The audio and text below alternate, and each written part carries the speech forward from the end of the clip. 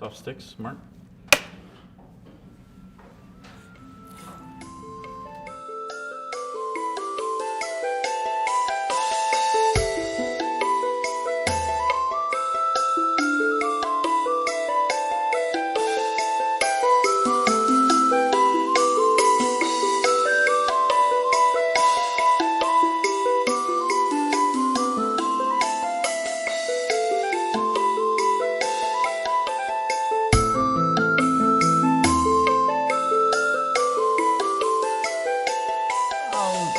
In the beginning, it's always your mother, isn't it? I think my mother, I have 3 sisters, and my parents wrote movies. And we grew up in LA, and my mother worked, and most people's mothers didn't work, and it changed my life. It changed all of our lives to know that you could, in fact, have children, have a career, and have a husband. My mother made it clear to us that we were going to work, that if someone said to you, what are you going to be when you grew up? Unlike all the other little girls, the answer was not, I'm going to be a wife and mother. This was the 50s, and it was the height of you must grow up to be a wife and mother, and that just did not fly in our house. Was there a time when you realized that this was unusual? And did you Oh, ever... I knew it. I knew the entire time growing up that my mother was completely different from everyone else's mother. Sounds like you had a pretty glamorous life. It sounds more glamorous than it was. Obviously, I didn't grow up in dire poverty in Calcutta or something, but we, a Hollywood childhood is many different things, and mine was not that thing where your parents have screening rooms and things.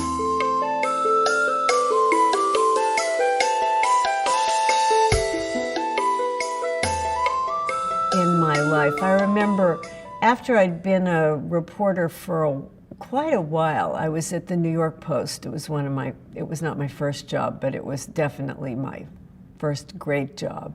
And I wrote something, and somebody said to me that they had laughed. And it was just an amazing moment for me. It was like, oh, I wrote something that made people laugh. I can't begin to tell you, it was just life-changing moment. That late? I'm so surprised that you didn't have that moment earlier on. Well, I think earlier on, it was mostly, did I get it right? And did I leave anything out? And is this any good at all? It was very clear to me when I started out as a writer that I was not a great writer, that I wasn't nearly as good as most of the people I was working with.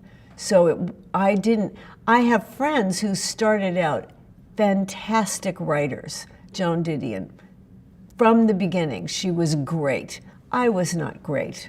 I was sort of a competent journeyman newspaper reporter. Did you have a great...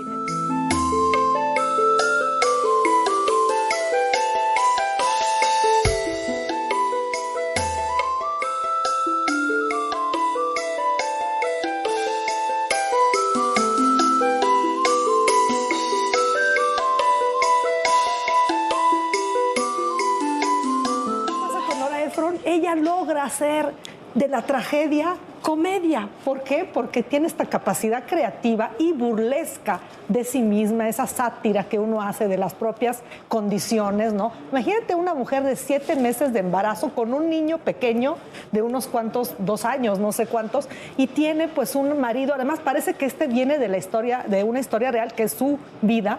Se llama Se acabó el pastel, se tradujo así por anagrama en México y en el mundo, ahora sí que de habla hispana, pero la realidad es que el nombre es Heartburn. Este libro salió en el 83, pero la historia es básicamente Sigue algo vigente, que todavía ¿no? puede ser usada y vigente, porque esta manera de alguna manera de burlarnos de lo que nos pasa y de también tomar venganza, porque lo que pasa sobre todo al final, digo, no quiero contar, es una venganza muy leve, pero es una venganza que yo creo que le da a ella un gran poder, ¿no? Que Al tiene un final. sabor dulce, quizá. Muy dulce. Fíjate que ahorita estaba en Twitter con Miguel Cane, que por cierto lo felicito por su nueva novela. Es un gran amigo, escritor, especialista en cine. Me dice, la película es imperdible. La película en el que se tradujo esta novela se llama Heartburn. Sí. Se acabó el pastel. Lo tradujeron diferente al español, pero es con Meryl Streep y Jack Nicholson. Sí. Imagínate la pareja. Y lo que es divertido es que parece que el exmarido de Nora Eprhon sigue enojado 40 años después por cómo ella manejó esta traición, traduciéndola a un libro y luego a una película donde básicamente todo el mundo nos reímos de las situaciones que son las que pueden suceder en cualquier matrimonio en crisis.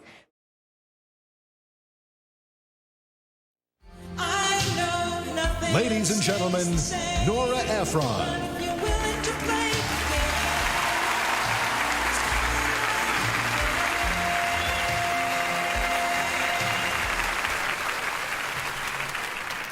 I loved working with Meryl Streep. First, I worked with her on Silkwood. Alice Arlen and I did a script for her. Meryl did Karen Silkwood and the Polish person and the Danish person, blah, blah, blah. But the true stretch, if I do say so, was playing me in Heartburn. I highly recommend having Meryl Streep play you. If your husband is cheating on you with a car hop, get Meryl to play you. You will feel much better. If you get rear-ended in a parking lot, have Meryl Streep play you. If the dingo eats your baby, call Meryl. She plays all of us better than we play ourselves, although it's a little depressing knowing that if you went to audition to play yourself, you would lose out to her.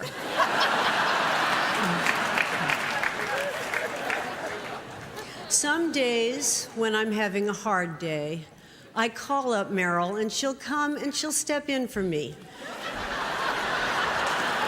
She's so good, people don't really notice. I call her at the end of the day and find out how I did, and inevitably, it's one of the best days I've ever had.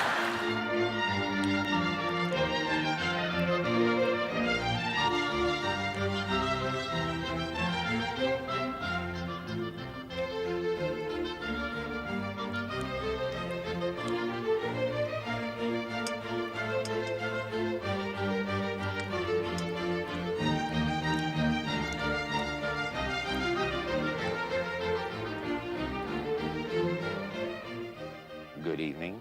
In our last episode, Rachel discovered that her husband, Mark, is in love with another woman, the tall, infamous Thelma, and she has left him, taken their tiny, tiny child, and gone to her father's apartment in New York.